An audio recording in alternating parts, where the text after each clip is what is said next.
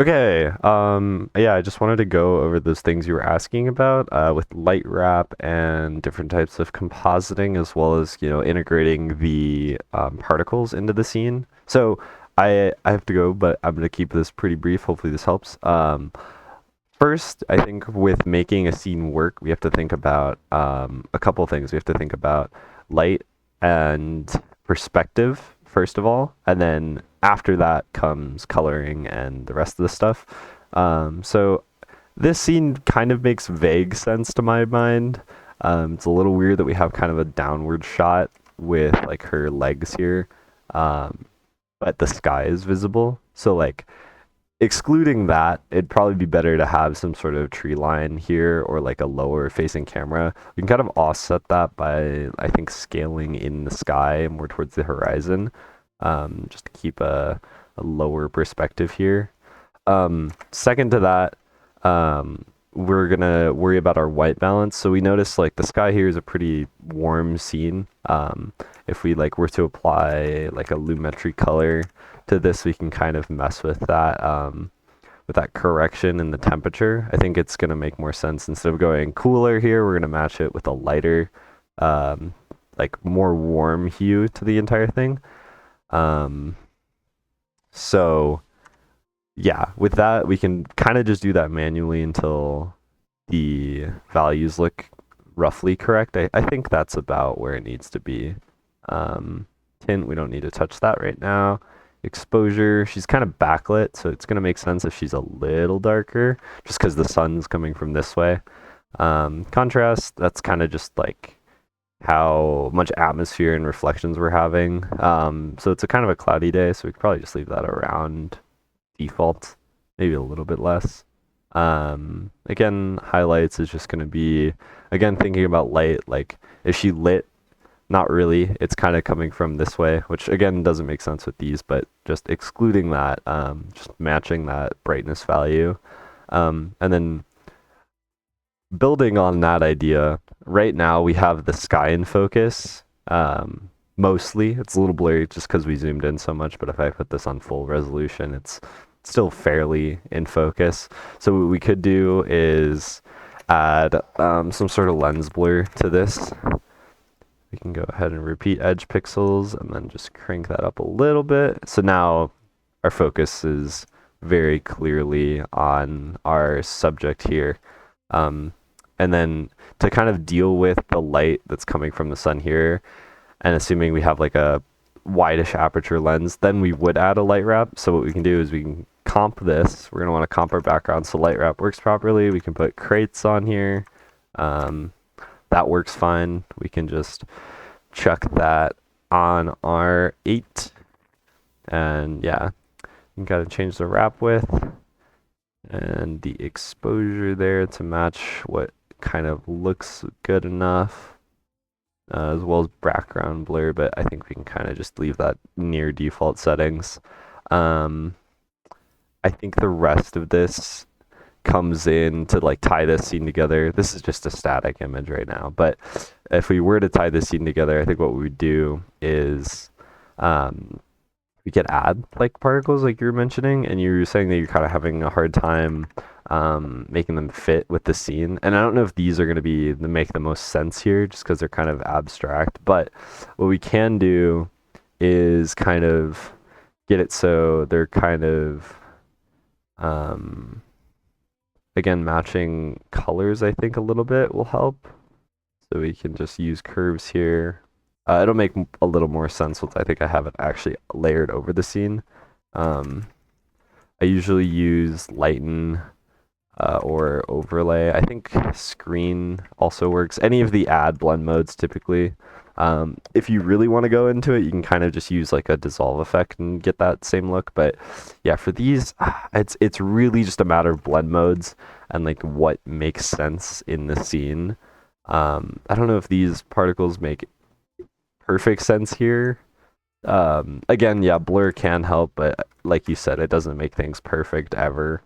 Uh, I think blur actually does help in this case, but um, yeah, it's kind of just thinking about, at least my mindset about it is thinking about what that scene's gonna look like in real life.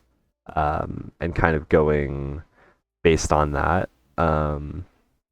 Another thing that I would use when compositing, other than Lumetri color to get that white balance, is lens blur. Obviously, I already mentioned that. Creates light wrap. You can also use mood anamorphous to kind of get like the shading from the clouds here, especially. I mean, you can also use this as kind of like a stylized effect, but I think it kind of helps sell the look of like overcast clouds and like various shadows on our subject. So you can kind of just play with the cloud size there till it looks roughly right. It's probably a little extreme, but hey, it works. And then we can also add like rays maybe, especially on this scene because we have kind of a black backlit character. You can play with threshold here to get it to what you want it to look like. And then I usually like to blur my rays a little bit to kind of help with that. Okay, next scene. This one's pretty simple. We have a character, again, sky background, just because I think that's pretty easy. Honestly, white balance already looks decent. Not too much to do here. What you can do sometimes is you can stylize whatever you have as your background. So you pulled like an image, you could put like cartoon on it, and kind of get rid of the detail a little bit. I think that can kind of sell that it's like an anime a little bit more. But again, up to you. I don't know. I just do this sometimes. You can do that, or you can kind of use smart blur to get like a similar effect, but not super like important with compositing work, but can help. Then from that point, I mean, we can. I think white balance actually looks fine here. Then it's just a matter of kind of using curves to balance our character to the scene. Again, it's nearly perfect here. We have a like already balanced scene. I think she could technically be a little bit like that. But yeah, I mean that's pretty it. The white balance and the angle is a lot of the work. Um, and then just making sure that our focal length and our lens makes sense. In terms of particles, again, you can kind of think about it as what like makes physical sense. Like here, I don't even know if like this overlay would really go here. It would probably have like leaves or something in the scene. But yeah, not super crazy with that one. Sometimes it's fine to keep it simple. And then here's another sky scene. Again, think about lighting and perspective first and foremost. And then once you get that, then you can kind of build the rest of the color matching and the camera movement. I mean, the camera movement sells it a lot as well. Like, okay, we have this scene here. It's kind of intense in terms of like there's no subject. We're close to the character. So I think it would make sense to have like you can use unique camera shake. I really like that. It's like a natural feeling shake for camera. You can kind of just leave it at default settings a lot of the time, but I would go ahead and play with it. If I could extend the scene here, that would be probably helpful. Give me 2 seconds. Let's go ahead and make this longer.